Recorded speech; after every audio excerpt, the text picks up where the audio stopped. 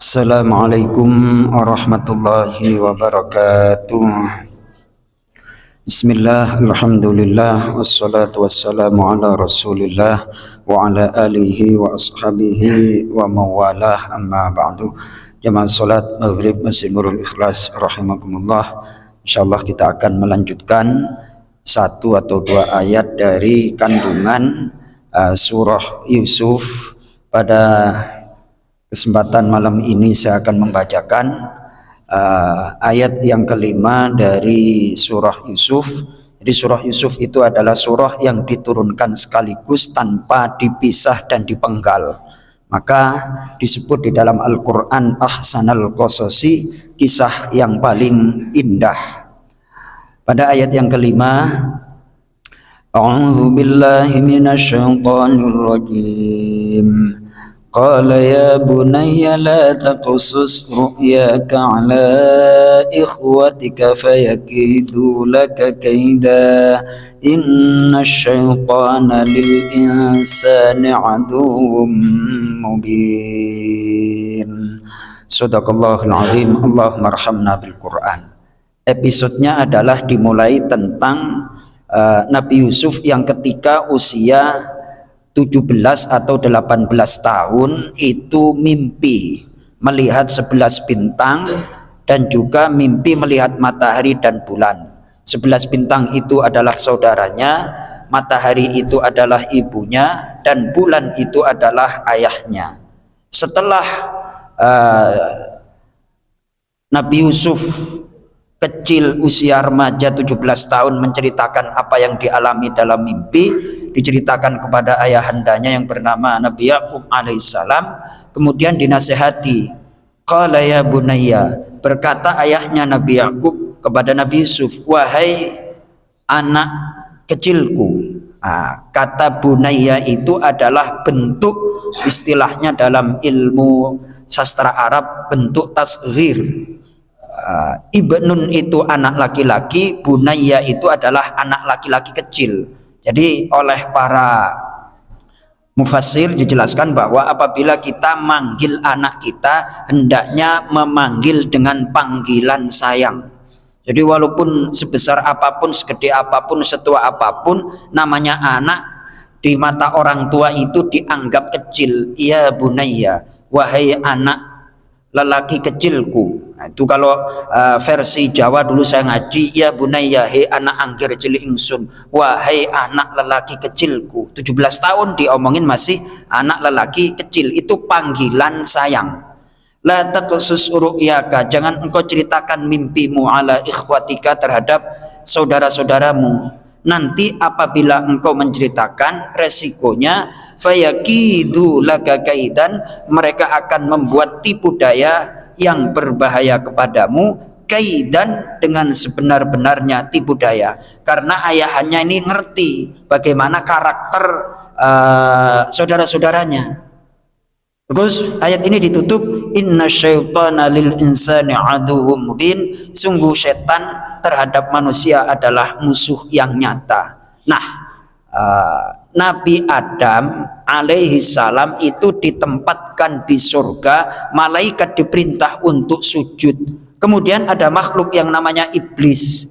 Iri, iblis itu artinya kan iri, dengki terhadap Nabi Adam alaihissalam. Maka dari itu, apabila kita tidak mampu menjaga hati dari sifat-sifat tercela, maka resikonya akan digoda oleh setan.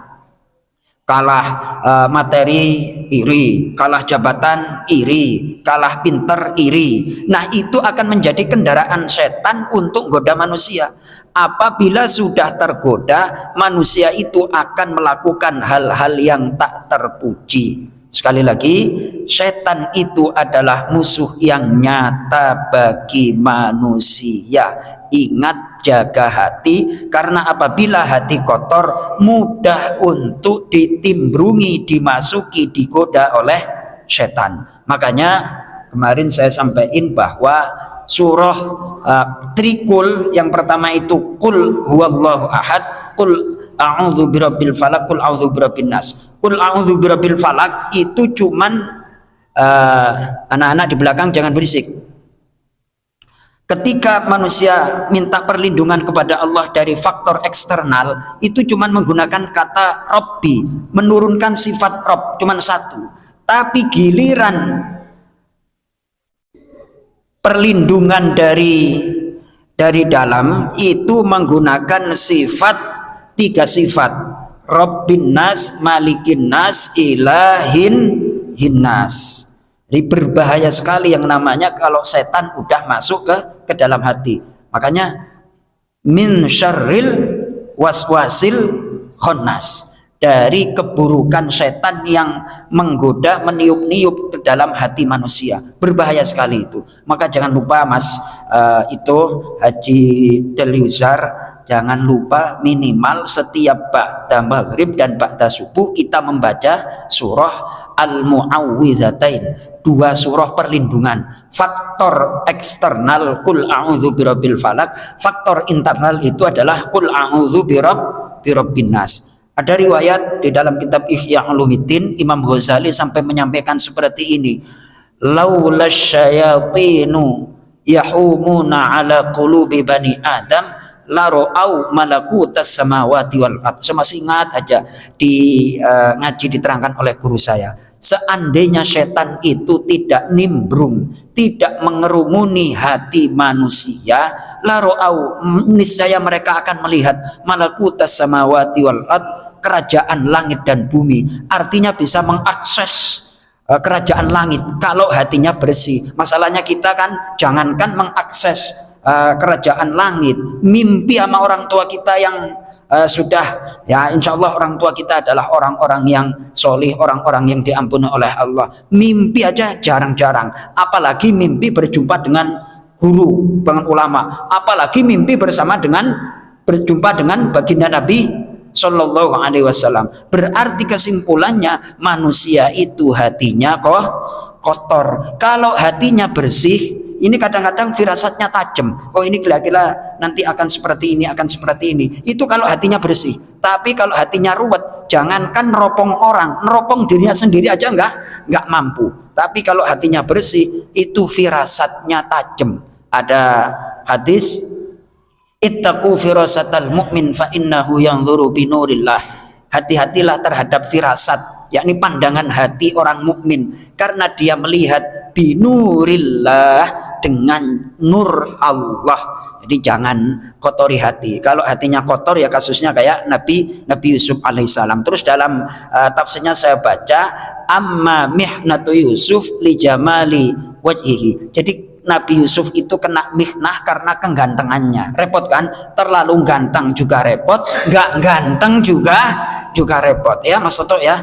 Lalu bagaimana? Yang pertengahan adalah alhamdulillah Pak Tosim udah laku. Alhamdulillah itu Pak Tosim. Ntar kalau Pak Tosim terlalu ganteng kan repot. Ya Pak Del aja, Pak Del Yuzar aja sekarang udah punya cucu. Dulu kalau usia 35 30 wah repot nih Pak Del ya.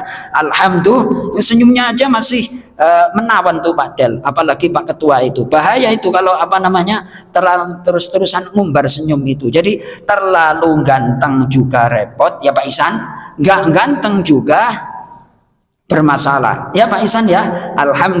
Alhamdulillah ini Nabi Yusuf diingat-ingat dapat ujian seperti ini karena ketampanannya. Maka semakin besar anugerah, semakin besar pula ujian yang kita hadapi. Mudah-mudahan kajian kita memberikan manfaat. Banyak kekurangan kesalahan mohon maaf. Assalamualaikum warahmatullahi wabarakatuh.